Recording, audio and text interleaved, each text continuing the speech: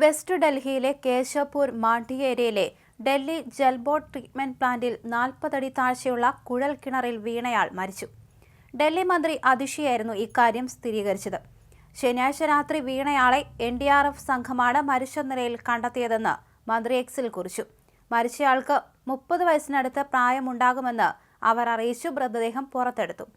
കുഴൽക്കിണർ മുറിയിൽ ഇയാൾ എങ്ങനെ എത്തിയെന്നതും കുഴൽക്കിണറിലേക്ക് എങ്ങനെയാണ് വീണത് എന്നതും പോലീസ് അന്വേഷിക്കുമെന്ന് മന്ത്രി പറഞ്ഞു. രക്ഷാപ്രവർത്തനത്തിന് നേതൃത്വം നൽകിയ ദേശീയ ദുരന്ത നിവാരണ സേനയ്ക്ക് അതിഷി നന്ദി പറഞ്ഞു. 30 വയസ്സിനടുത്ത് പ്രായം തോന്നിക്കുന്നയാളുടേതാണ് മൃതദേഹം. മോഷണത്തിന് ശേഷമോ മോഷണത്തിനായി വരുമ്പോഴോ കുഴൽക്കിണറിൽ വീണതായിരിക്കാമെന്നാണ് സൂചന. ഞായറാഴ്ച പുലർച്ചെയാണ് സംഭവം നടന്നത്. പുലർച്ചെ 1 മണിയോടെ ഒരു കുട്ടി കുഴൽക്കിണറിൽ വീണതായാണ് അധികൃതർക്ക് വിവരം കിട്ടിയത്. പിന്നീടാണ് കുട്ടിയല്ല മുതിർന്ന ആളാണ് വീണതെന്ന് വ്യക്തമായത്. അടച്ചിട്ടിരുന്ന മുറിയിലാണ് കുഴൽക്കിണർ ഉണ്ടായിരുന്നതെന്നാണ് റിപ്പോർട്ട്. മണിക്കൂറുകൾ നീണ്ട പരിശ്രമത്തിനൊടുവിൽ കുഴൽക്കിണറിൽ വീണയാളെ പുറത്തെടുത്തെങ്കിലും ജീവൻ രക്ഷിക്കാൻ സാധിച്ചില്ല. ഉച്ചയോടെയാണ് ഇതുവരെ തിരിച്ചറിയാൻ കഴിയാത്തയാളെ പുറത്തെടുത്തത്. ഉടൻ തന്നെ ആശുപത്രിയിലേക്ക് കൊണ്ടുപോയെങ്കിലും ജീവൻ രക്ഷിക്കാൻ സാധിച്ചില്ല. അതേസമയം കുഴൽക്കിണറിൽ വീണ സംഭവത്തിൽ ദുരൂഹത തുടരുകയാണ്.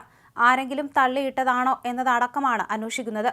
മോഷണശേഷം രക്ഷപ്പെടാൻ ശ്രമിക്കുന്നതിനിടെ വീണതാകാം എന്ന ദിശയിലും അന്വേഷണം നടക്കുന്നതായി ഡൽഹി പോലീസ് വൃത്തങ്ങൾ അറിയിച്ചു. അടച്ച മുറിക്കുള്ളിലുള്ള കുഴൽക്കിണറിന്റെ സമീപം എത്തിയത് സുരക്ഷാ വേലിയും പൂട്ടും തകർത്തതാകാമെന്നാണ് ഡൽഹി മന്ത്രി അതിഷി പ്രതികരിച്ചത്.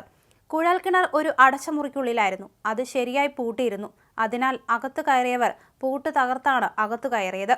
അകത്ത് വീണതൊരു കുട്ടിയല്ല, 18 വയസ്സുള്ള ആളോ അതിലും പ്രായമുള്ള ആളോ ആകാം. അതിഷിയുടെ വാക്കുകൾ ഇങ്ങനെയായിരുന്നു.